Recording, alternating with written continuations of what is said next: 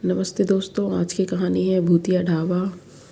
हमें अपने गुजरे हुए कार्यों को भूल जाना चाहिए, नहीं तो वो हमें हमेशा डराते रहेंगे। इस कहानी भूतिया ढाबा में यही बताया गया है। एक दिन बच्चों ने पिकनिक की योजना बनाई।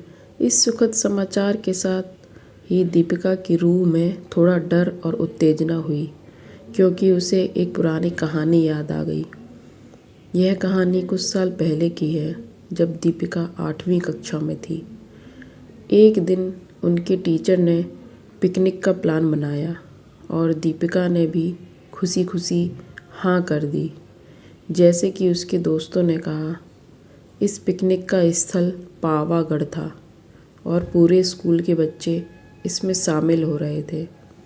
इसके लिए करीब 15 बसें तैयार थीं, जो सभी बच्चों को यात्रा कराने के लिए उपलब्ध थी। दीपिका और उसके दोस्त सबसे पीछे की बस में बैठ गए। वे सब मिलकर हंसते मुस्कुराते बस में सवार थे। तब एक डरावनी घटना घटी। जब वे कुछ दूर के जंगल के पास पहुंचे, बस के ड्राइवर ने अचानक बस को रोक दिया, क्योंकि एक टायर बदलने की आवश्यकता थी। ड्राइवर ने बाहर निकलकर देखा कि टायर फट गया है। वह तुरंत बस को सुरक्षित रूप से बाहर ले आया और बच्चों से कहा कि टायर बदलने में लगभग 2 घंटे लगेंगे, इसलिए वे ढाबे में जा सकते हैं, जहां वे गर्म चाय पी सकते हैं। उन्होंने सभी को साथ में रहने की सलाह दी। बच्चे उतरकर पास के ढाबे पहुंचे, जहां एक बूढ़ा आदमी चाय बना रहा था।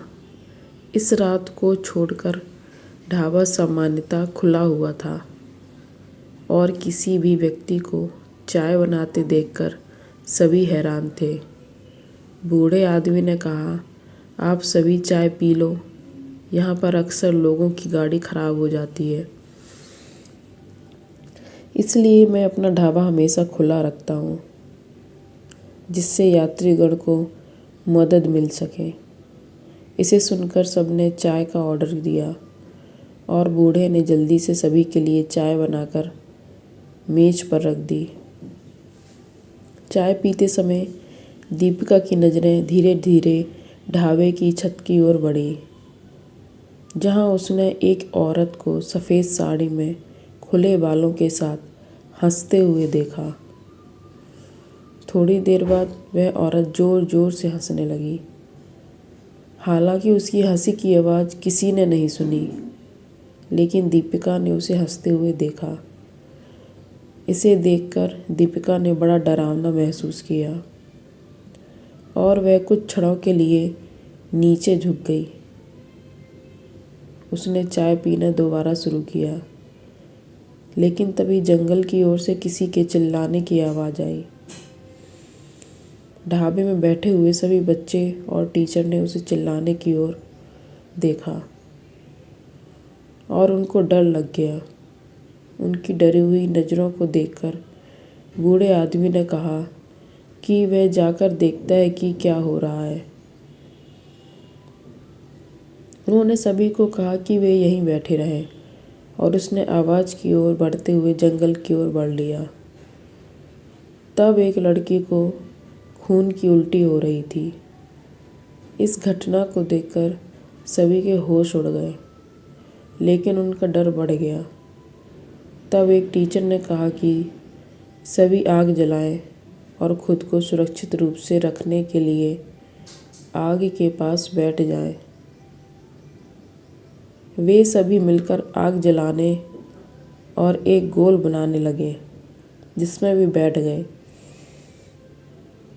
टीचर ने सख्ती से कहा कि कोई अकेले नहीं जाएगा, क्योंकि सब बहुत डरे हुए थे और अकेले जाने की हिम्मत नहीं थी।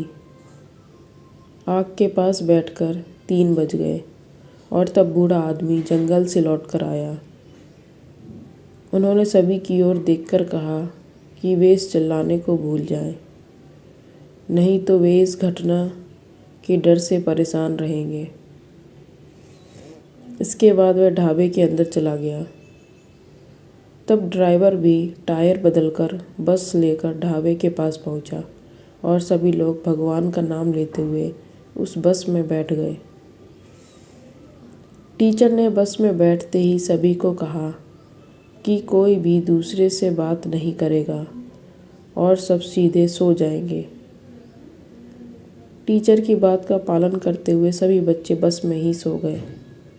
इसके बाद पिकनिक स्पॉट पर पहुंचकर वे एक हफ्ते के बाद खुशी खुशी अपने घर वापस आए।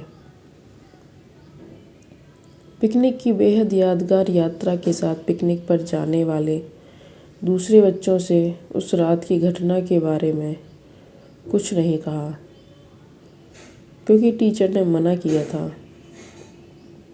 लेकिन पिकनिक के बाद सभी ने अपने दोस्तों और दूसरी कक्षाओं के बच्चों का इस डरावनी घटना के बारे में बताया। इस कहानी से हमें ये शिक्षा मिलती है कि हमें अपने गुजरे हुए कार्यों को भूल जाना चाहिए, नहीं तो वो हमेशा डराते रहेंगे। और भी स्टोरी कहानियाँ सुनने के लिए हमारे चैनल को लाइक और सब्सक्राइब करें। Thank you.